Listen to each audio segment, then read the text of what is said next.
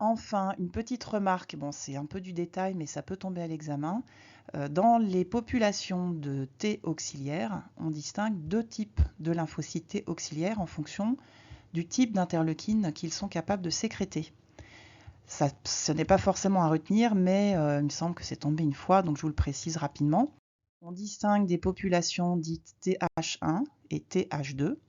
Et dans le cas de lymphocyte TH1, les interleukines ou cytokines étant un terme plus général, hein, mais en gros c'est à peu près pareil, sont les interleukines 2 et l'interféron gamma. Dans le cas du TH2, on a les interleukines 4, 5, 6 et 10. Et en fait, ce qu'il faut retenir, c'est que chacun de ces lymphocytes T auxiliaires, par le type de cytokine ou d'interleukine qu'il va sécréter, va orienter la réponse immunitaire plutôt en direction d'une réponse à médiation cellulaire, donc plutôt en activant des TCD8, donc qui deviendront des T cytotoxiques, ou plutôt en orientant la réponse donc vers une réponse à médiation humorale, et donc en activant des plasmocytes, enfin des lymphocytes B qui vont devenir des plasmocytes sécréteurs d'anticorps. Bon, vous retenez l'idée éventuellement, si vous ne la retenez pas, c'est pas. Bien, nous allons maintenant détailler un petit peu plus la réponse immunitaire à médiation humorale que vous aviez travaillé en partie dans le DM que je vous ai donné en stage. Ici, vous avez le profil de la réponse anticorps, donc la réponse humorale dite primaire à l'antigène, donc suite à un premier contact, s'agissant d'un antigène T-dépendant. La réponse secondaire, on verra, à un antigène thymodépendant, sera différente. Donc je rappelle que réponse secondaire, c'est suite à un deuxième ou énième contact avec le même antigène. Et on verra que cette réponse sera différente en quantité d'anticorps et en qualité, c'est-à-dire en type d'anticorps produit. Donc on n'aura pas la même quantité en anticorps produite et on n'aura pas le même isotype en fait d'anticorps produits lors de ces deux réponses. Et je rappelle que la réponse primaire, c'est la réponse au premier contact avec l'antigène. Donc je vous avais donné à travailler lors de votre DM ce profil de réponse donc humorale à l'antigène. Donc vous avez qui apparaît donc ici en triangle rouge toujours l'antigène. Donc lors du premier contact, vous avez un petit temps de latence. Là, vous voyez le curseur, hein, donc un petit temps de latence où on ne doit pas apparaître d'anticorps.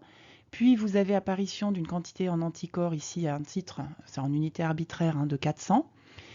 Et ce que vous n'aviez pas sur le DM, parce que je ne voulais pas trop compliquer la chose à cette époque-là, c'est qu'en fait assez rapidement, vous allez avoir un deuxième pic qui apparaît et qui est en fait un pic qui correspond à des IgG.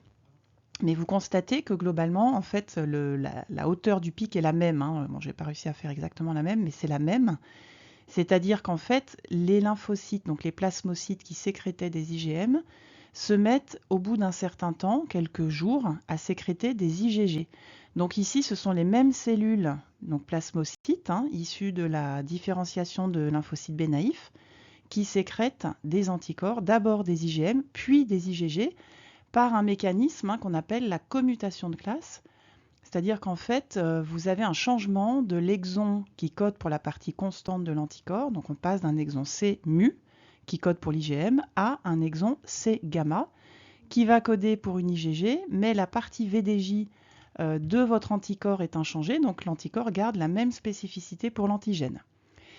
Et donc sur cette courbe, vous voyez que lors d'un deuxième contact avec ce même antigène, vous n'avez plus ce temps de latence, donc le pic en sécrétion d'anticorps commence dès l'injection quasiment de l'antigène, donc la réponse est beaucoup plus rapide.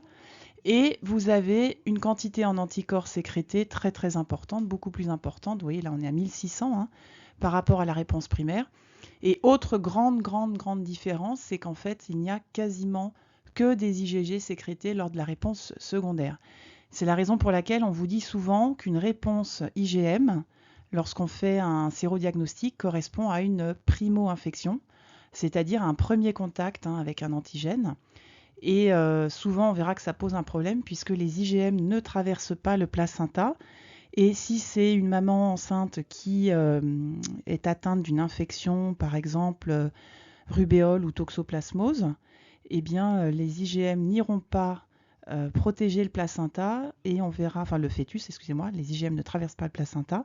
Donc le fœtus ne sera pas protégé et on pourra avoir des infections congénitales c'est-à-dire infection du fœtus par l'agent infectieux, par exemple le toxoplasme. On en reparlera en parasito puisque je dois vous faire passer dans quelques semaines le cours sur la toxoplasmose. Alors donc la réponse secondaire à l'antigène thymodépendant diffère en quantité. Pourquoi est-ce que la